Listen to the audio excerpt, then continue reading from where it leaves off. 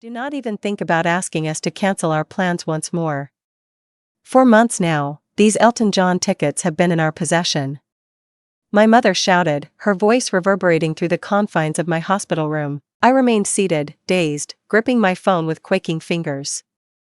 On Christmas Eve at Las Vegas Medical Center, I found myself in the company of my 2-year-old twins, Liam and Ava, who were playing quietly in the corner, while a nurse named Monica attended to my vitals. The agony in my abdomen was unbearable, as if a knife were being twisted within me, yet the expression of indifference on my mother's face during the video call cut deeper still. Allow me to introduce myself, I am Claire Wilson. At 33, I find myself reflecting on a lifetime spent as the afterthought within my own family, a role that has lingered in my memory for as long as I can recall. My younger sister Hannah, the cherished one, seemed to glide effortlessly through life, never once faltering in the adoration of our parents. In the interim, I found myself unable to persuade them to care for their sole grandchildren while I faced emergency surgery due to complications stemming from my husband's passing 6 months prior. The doctors had discovered internal bleeding that demanded urgent care, yet my parents seemed solely focused on their concert tickets and the festivities of Christmas Eve with Hannah. When I finally sought their assistance after depleting every other avenue, my father's reply pierced deeper than any blade ever could. Your presence is increasingly becoming a source of irritation and weight, Claire. We have entered the realm of retirement. We are entitled to relish our lives free from your incessant troubles. For the past 3 years, I have been providing financial support to my parents since their early retirement. Each month, without exception, I forwarded $2,500 to assist with their mortgage and expenses, even following Eric's passing. My actions were driven by a deep sense of love and obligation, rooted in the belief that family must stand by one another. How naive I was. As my tears dripped quietly onto the hospital blanket, Monica softly pressed her hand on my shoulder. My friend Nina is a skilled nanny with a focus on childhood trauma. Allow me to call her for you, she offered, her kindness a striking contrast to the callousness of my parents. The twins remained blissfully unaware of the unfolding events around them. Having already faced the devastating loss of their father in a car accident, the looming possibility of losing me as well due to the risks of surgery weighed heavily on their hearts. The notion filled me with dread, yet it paled in comparison to the fear of entrusting them to those who regarded them as mere burdens. In that instant, as agony coursed through my veins and despair weighed heavily on my soul, I arrived at my resolution. Yes, please call her, I told Monica, and with that declaration, I started severing the toxic bonds to those who had brought me into this world, yet had never genuinely cared for me. As I ended the call, a flood of memories surged through my mind. In my youth, I often found myself in the shadows, as Hannah basked in the glow of admiration. Upon my graduation from college with honors, my parents scarcely recognized the achievement, overshadowed as it was by Hannah's casting in a local commercial that very weekend. Upon marrying Eric, there were murmurs of discontent regarding the distance of the wedding venue from their residence. Even when the infants were more demanding than they preferred. Eric had been my steadfast support throughout everything. He felt the weight of familial disappointment, having endured years of estrangement from his own father. We shall create our own family, he would declare, one that understands the essence of love. In that endeavor, we crafted a cozy sanctuary brimming with joy and understanding. Yet, 6 months prior, a drunk driver took him from me, forcing me to navigate the challenges of raising our children alone amidst the shadows of depression and grief. In the face of my loss, I persevered in my support for my parents. I even raised the monthly contribution when they spoke of their challenges with inflation. I aspired to surpass them, to demonstrate that family ought to support one another through thick and thin. The weight of irony bore down heavily. Here I lay, internally wounded, perhaps on the brink of death, and yet they couldn't spare a single concert to tend to my children. Monica came back bearing the tidings that her friend Nina would be arriving in less than an hour. Monica assured me that she possesses an incredible affinity for children. Prior to her transition into the role of a private nanny, she dedicated her time to working with trauma victims at the Children's Hospital. What will the expense be for this? I inquired, a hint of concern lacing my tone. Medical bills had begun to accumulate, as Eric insurance coverage came with its own set of limitations. There's no need to concern yourself with that at the moment, Monica remarked. Our priority is to prepare you for the upcoming surgery." Yet, a sense of worry lingered within me. I contemplated the $2,500 I was set to send to my parents next week, funds that could now assist with childcare expenses instead. A flicker of realization ignited within me, a long-dormant ember of self-preservation that had been snuffed out long ago. Upon Nina's arrival, she embodied all that Monica had assured: kindness, professionalism, and an instant rapport with the twins. As the hospital staff readied me for surgery, I came to a resolution. "Would you be so kind as to fetch my phone for me once again?" I inquired of Monica. With trembling hands, I dispatched 2 messages. I initiated the first step by contacting my bank to halt all forthcoming automatic transfers to my parents' account. The second was addressed to my parents. "I will cease to offer financial assistance moving forward. My children and I are worthy of more than being mere afterthoughts in your life. Please refrain from reaching out to me in the future." As they transported me toward the operating room, an unexpected sensation pierced through the pain and fear: freedom.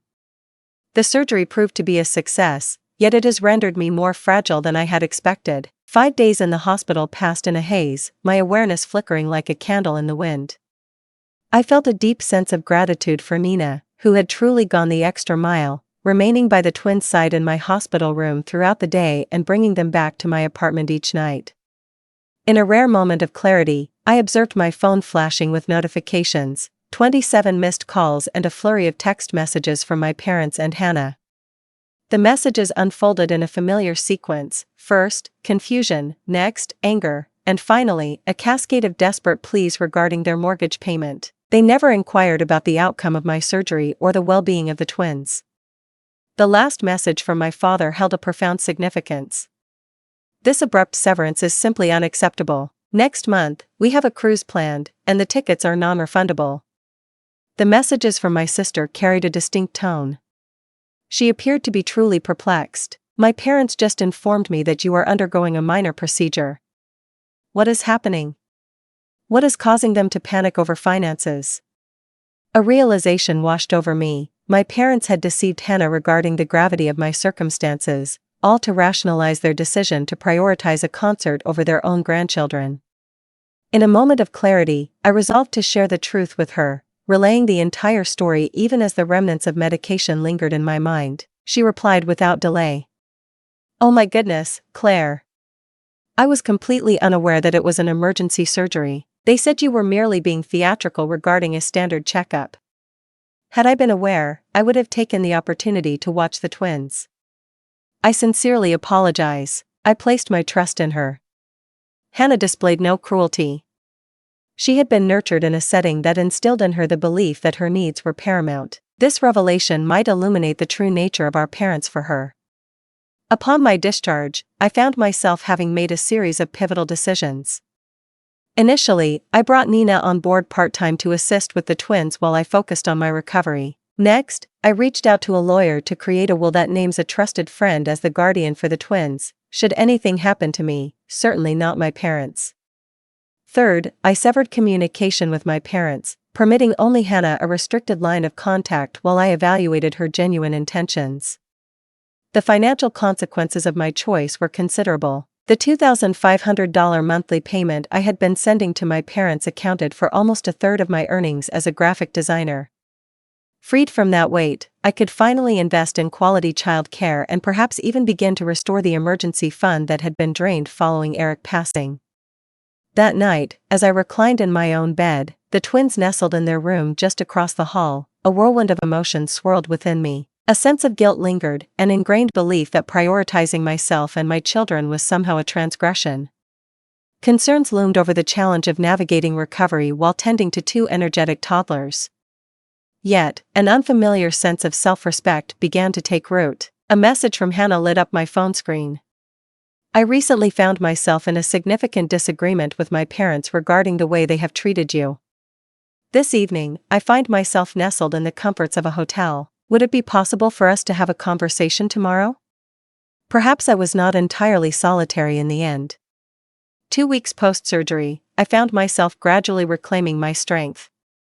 The incision site continued to throb with a sharp pain whenever I moved too swiftly, yet I found myself managing a bit better with each passing day. Nina had been a true blessing, appearing each morning to assist with the twins while I toiled away from home. My graphic design clients exhibited a remarkable level of understanding regarding my limited availability, and I felt a deep sense of gratitude for the remote work that enabled me to remain close to my children.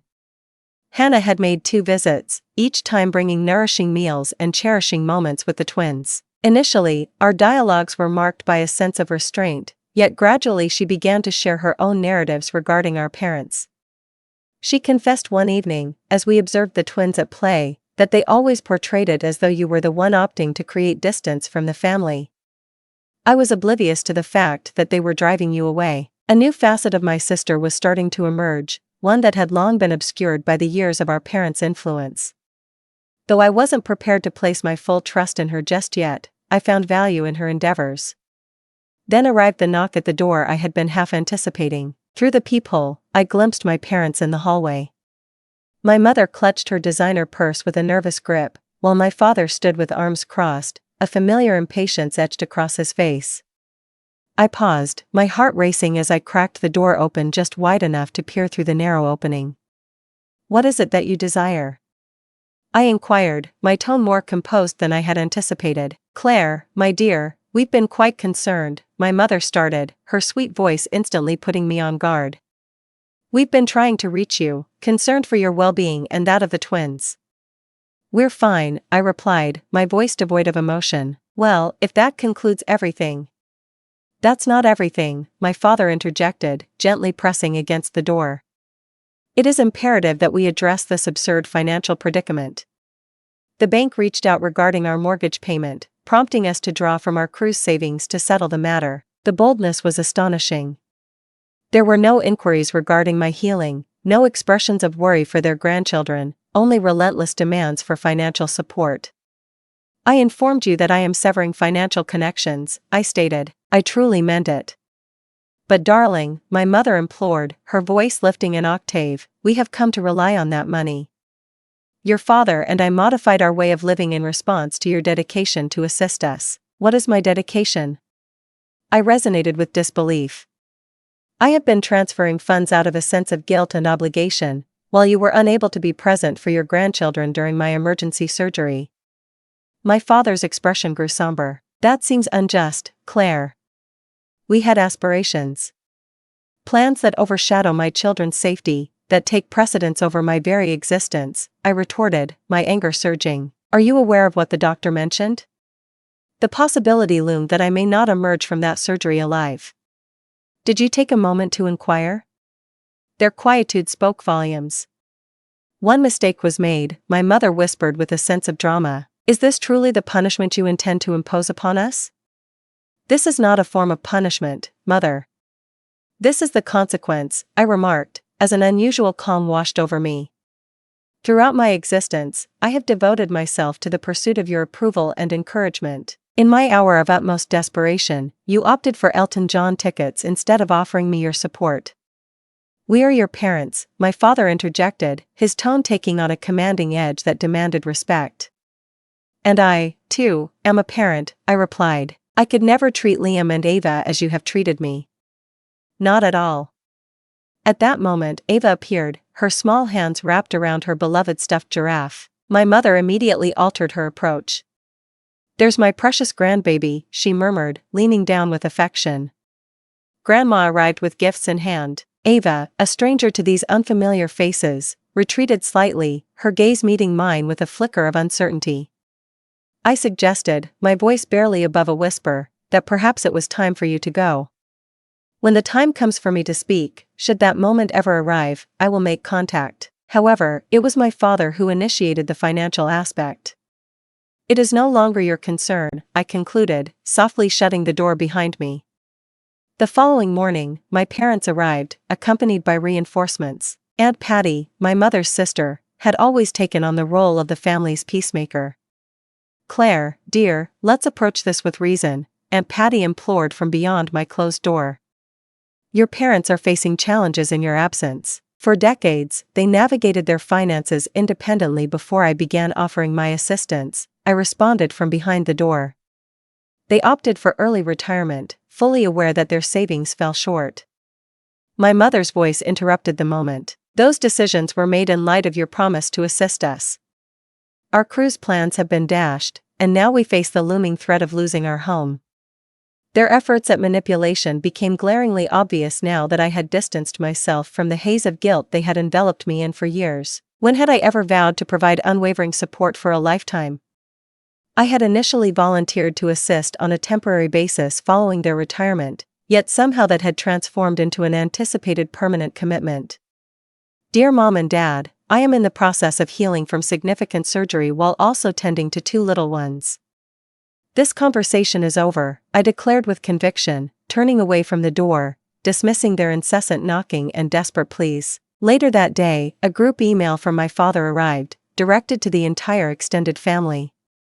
In it, he recounted how I had forsaken them in their hour of need, despite all they had sacrificed for my sake. The email skillfully sidestepped their refusal to assist with the twins during my emergency surgery, instead portraying me as an ungrateful daughter who had abruptly severed ties without justification.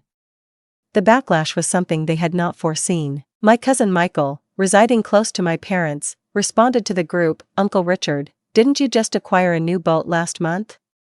And Aunt Diana, was that a new diamond tennis bracelet you were flaunting at Thanksgiving?" Other family members joined the conversation, with several reaching out to me privately to inquire about the complete narrative.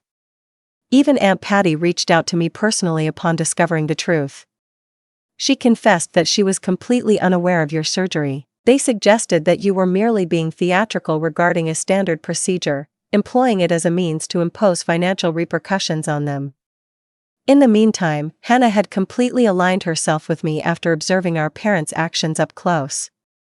She assisted me in formulating a concise, factual reply to the family email chain, clearly stating, "I recently underwent emergency surgery with a considerable risk of complications. My parents declined to look after my children during this period, as they had concert tickets to attend.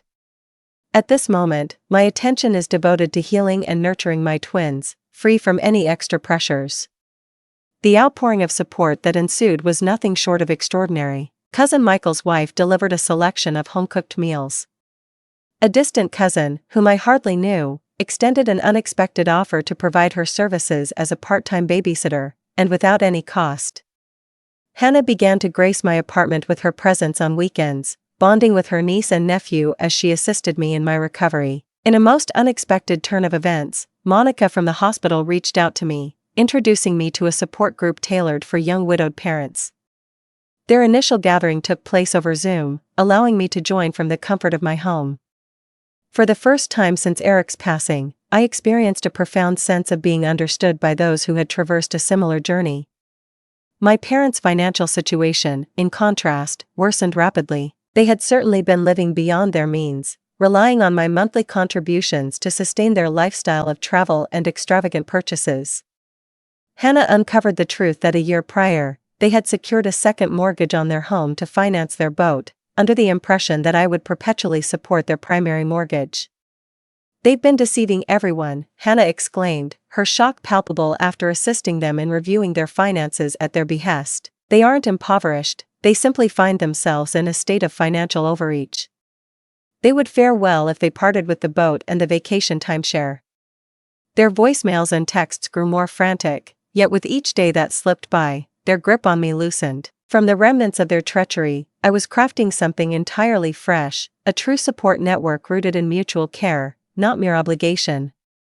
A month following my surgery, an unforeseen twist unfolded. My parents have been served with a foreclosure notice. Hannah reached out, her voice tinged with both worry and frustration.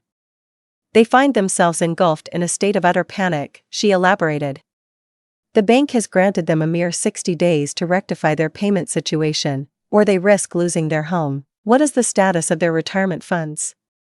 I inquired, gently bouncing Ava on my knee as Liam slumbered peacefully. Having nearly exhausted their resources, they allocated a significant portion to that boat and then funneled the remainder into a venture suggested by Dad's golf companion. With a heavy sigh, Hannah lamented their profound loss, nearly everything slipping through their fingers. "I'm not suggesting that you ought to assist them, Claire, I merely believed it was important for you to be aware." Later that evening, I was inundated with frantic messages from both parents, shedding any facade of worry for my welfare and outright pleading for financial assistance. My mother's message held a profound significance. "We never imagined you would truly sever ties with us. We thought your anger would subside, leading you to resume sending money after a week or two." Their belief that my boundaries were mere illusions filled me with rage. Throughout all those years, I prioritized their needs over my own, enduring their mistreatment, yet they never truly respected me. In the meantime, my life was undergoing a transformation in ways I had never anticipated. The support group emerged as a vital connection, uniting me with fellow parents navigating comparable struggles. It was through them that I encountered Diana, a real estate agent grappling with the loss of her husband to cancer 2 years prior, now navigating life with her 3-year-old son. She guided me to explore possibilities I had never imagined, such as selling my cramped apartment and leveraging the equity to relocate to a more budget-friendly area with superior childcare opportunities. I had also embarked on a modest side venture, crafting memorial websites, a project sparked by the one I had designed for Eric. A number of individuals from my support group had engaged in commissioning sites, and the news was circulating. For the first time since losing my partner, I experienced a feeling of purpose that transcended the instinct to simply endure.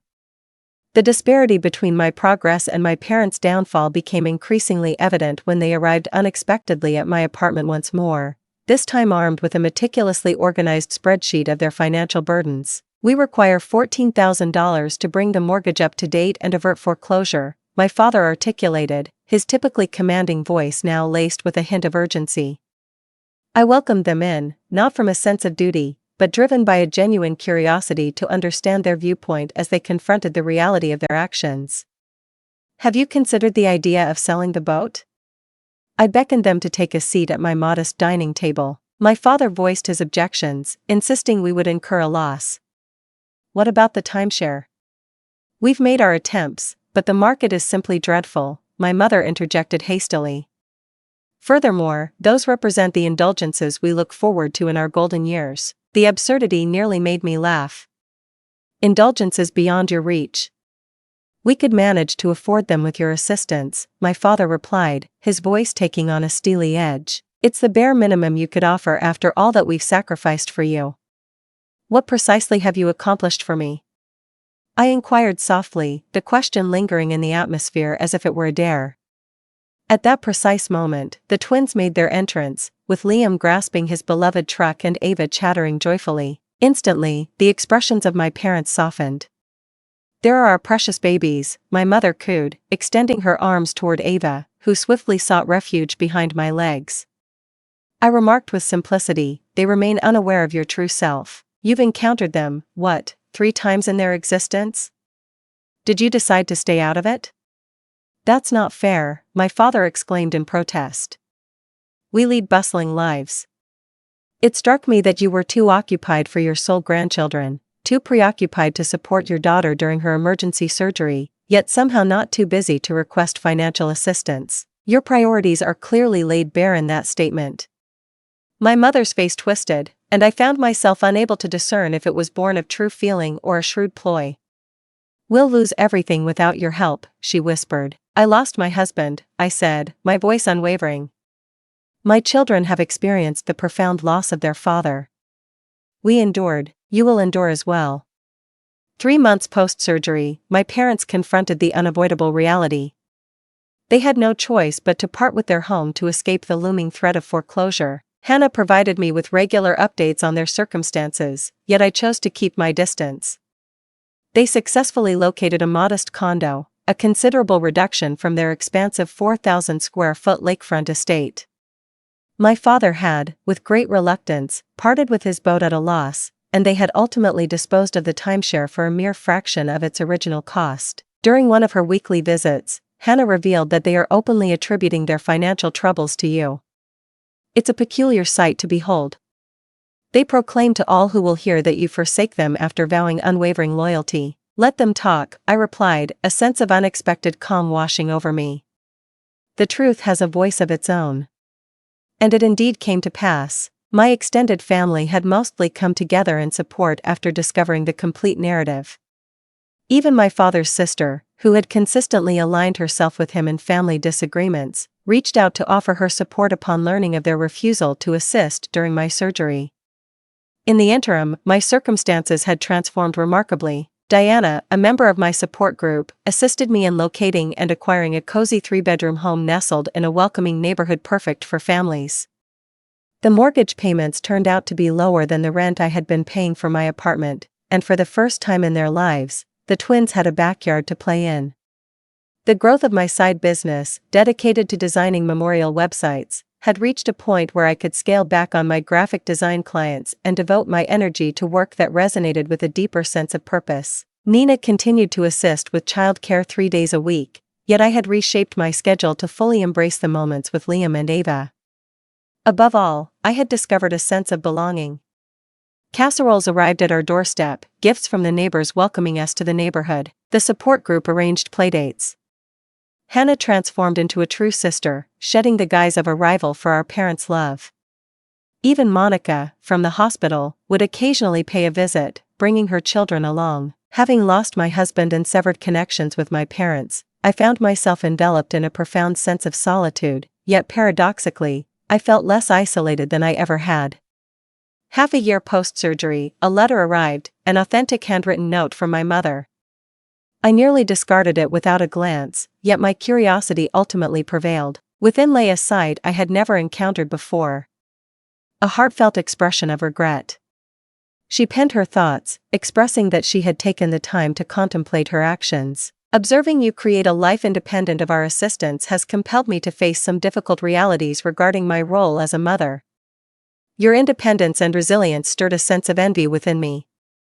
I felt a deep sense of resentment that you appeared to lack the same need for me as I had for my own mother. Yet, I now understand that my presence was indeed essential to you, albeit not in the manner I had envisioned. Your request for us to look after the twins while you underwent surgery was a moment of vulnerability, and we let you down entirely. I sincerely apologize. The letter unfolded, detailing the comprehensive overhaul of their financial framework. My father secured a part-time position at a nearby hardware store. For the first time in decades, they found themselves living modestly, having parted with the majority of their luxury possessions. She sought neither money nor forgiveness, all she desired was recognition of her apology. I presented the letter to Hannah, who regarded it with skepticism. For weeks now, there has been much discussion about reaching out to you. Initially, Dad was opposed to the idea, but I sense a shift in his perspective, particularly following his heart scare last month. Concern about heart health? I inquired, a hint of worry creeping into my voice. Only high blood pressure and chest pains, yet it filled him with fear. He is currently on medication and genuinely adhering to the doctor's instructions, Hannah elaborated. It seems that confronting the reality of mortality has brought him a measure of humility. I found myself unprepared to reply to the letter right away. Time was essential for me to navigate through my emotions. Was this true contrition or merely another ploy for manipulation? Had they genuinely transformed, or were they merely adjusting their approach? That evening, I perused through old family photographs, a poignant journey into the past, for the first time since severing connections. Behind the cheerful expressions, I discerned patterns that had previously eluded my perception. My parents had always taken on the guise of performers, expertly portraying the image of perfect parents while prioritizing their own desires above all else. A year post-surgery, I finally consented to rendezvous with my parents at a neutral spot, a serene cafe close to my new residence. Upon their arrival, I scarcely recognized them. My father appeared diminished in some way, his once assured stance now giving way to a more modest bearing. My mother's exquisite designer garments had been traded for unadorned, functional clothing. Hannah spent the afternoon with the twins. I found myself unprepared for a family reunion at this moment. We lingered in an uncomfortable hush until my father took an unexpected action. He wept. I've been a dreadful father, he confessed, his voice trembling. And a grandfather even more dismal. I do not anticipate your pardon, yet, I wish for you to understand that I perceive it clearly now. How self-centered we have been. My mother extended her hand across the table, hovering just above mine, a silent invitation lingering in the air. She explained that they had devoted months to family therapy. Initially, we were hesitant about Hannah's suggestion, but it has proven to be truly transformative. I took my time to forgive them, refusing to make promises I knew I couldn't uphold. In place of that, I unveiled snapshots of the twins and recounted the tale of our new life. For perhaps the first time ever, they listened intently, refraining from interruption and resisting the urge to center the conversation around themselves. As we said our goodbyes, my father asked softly, "Would it ever be possible to meet our grandchildren?" After much contemplation, I arrived at my response: "Your actions, rather than your words, will determine the outcome. Should you truly be dedicated to transformation, we can initiate this journey with brief, guided visits. However, it is important to recognize that my children will engage in relationships solely with those who honor their mother." As I departed from that meeting, I sensed neither the heavy burden of duty nor the seething bitterness that had long characterized our connection. Instead, I experienced a sensation unlike any other. The serene confidence of a woman aware of her value, who had established boundaries and would uphold them unapologetically. Whether my parents could genuinely evolve was yet to be determined, but I had already undergone a metamorphosis, shifting from a daughter yearning for validation into a mother resolute in her guardianship and unwavering in her standards.